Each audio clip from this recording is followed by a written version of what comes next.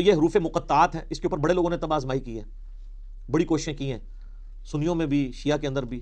ہمارے قریبی دوست ہیں، شیعہ عالم دین ہیں، ثاقب اکبر صاحب، جو ملی یکجہتی کونسل کے سیکٹری بھی ہیں.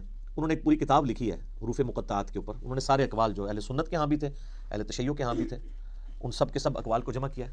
الٹیمیٹلی رزلٹ یہ ہے کہ یہ اللہ اور اس کے نبی علیہ السلام کے درمیان جو ہے کوڈ ورڈز ہیں، اور کچھ الفاظ کو تو ہم قرآن حکیم کی روح سے ان کا مطلب بھی جان سکتے ہیں. اور عربی میں اس وقت عربی لنگوسٹک کے اندر مستعمل تھا اس طرح کے کوڈ ورڈز یوز کرنا. تو اس لیے کبھی بھی مشرکین عرب نے اس کے اوپر اعتراض نہیں کیا کہ یہ اس کا مطلب بتایا جائے ہمیں، کیونکہ ان کے بھی کوڈ ورڈز چلتے تھے. کچھ کا بتا بھی دیا گیا، جس طرح کہ جو سورہ نون ہے، سورۃ القلم بھی جسے کہتے ہیں، پارہ نمبر 29 میں، تو اس میں صاحب الحوت کا ذکر آیا، یعنی مچھلی والے. کون؟ سیدنا یونس علیہ السلام. اور سورہ الانبیاء میں حضرت یونس کا نام ہے ذن نون، نون والا، جیسے ہم کہتے ہیں نا ذل جلال یا ذل جلال. آل طرفہ میں پڑھا جائے گا ذل جلال، جلال والا اللہ کا نام ہے. تو وہاں پہ ذن نون، نون والا. تو نون والا کون؟ وہ سورہ القلم میں، اس میں آغاز ہی کس سے آتا ہے؟ نون والقلم وما یسطرون. تو اس پہ تو اجماع امت ہے کہ وہاں نون سے مراد مچھلی ہے. اور عرب میں اس طرح کے کوڈ ورڈز یوز ہوتے تھے. مثلا یہ جو توئیں ہے نا، یہ سانپ کے لیے سمبل کے طور پہ استعمال ہوتا تھا. اس کی شکل بھی آلموسٹ دیکھ لینا، کوبرا سانپ اگر ایسے کھڑا ہو اور یوں اس کی دم ہو تو یہ سمبل استعمال ہوتا تھا عرب میں. اور آپ مزے کی بات دیکھیں کہ جتنی صورتوں میں حضرت موسیٰ علیہ السلام کے واقعات آئے ہیں نا، سورۃ القصص ہے، سورہ طٰہٰ ہے، طٰہٰ بھی توئیں سے سٹارٹ ہو رہی ہے.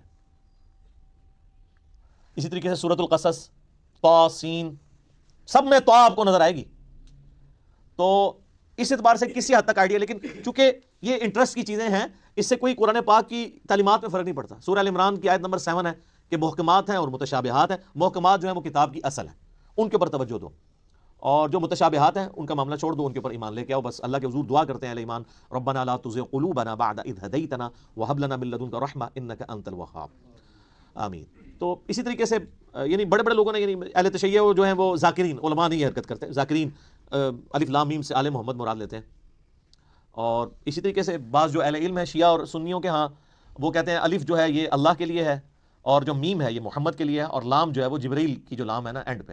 اور وہ کہتے ہیں یہ چیز یعنی اسٹیبلش تھی کہ جب کوئی کسی کی طرف خط لکھتا تھا نا، تو اس کے کوڈ ورڈ کے طور پہ جو لکھنے والا ہے اس کے نام کا بھی پہلا حرف لیا جاتا تھا، اور جس کی طرف لکھا جاتا ہے اس کے نام کا بھی پہلا حرف لیا جاتا تھا، اور جو بیچ میں میسنجر ہوتا تھا لے کے جانے والا اس کے نام کا آخری حرف ہوتا تھا.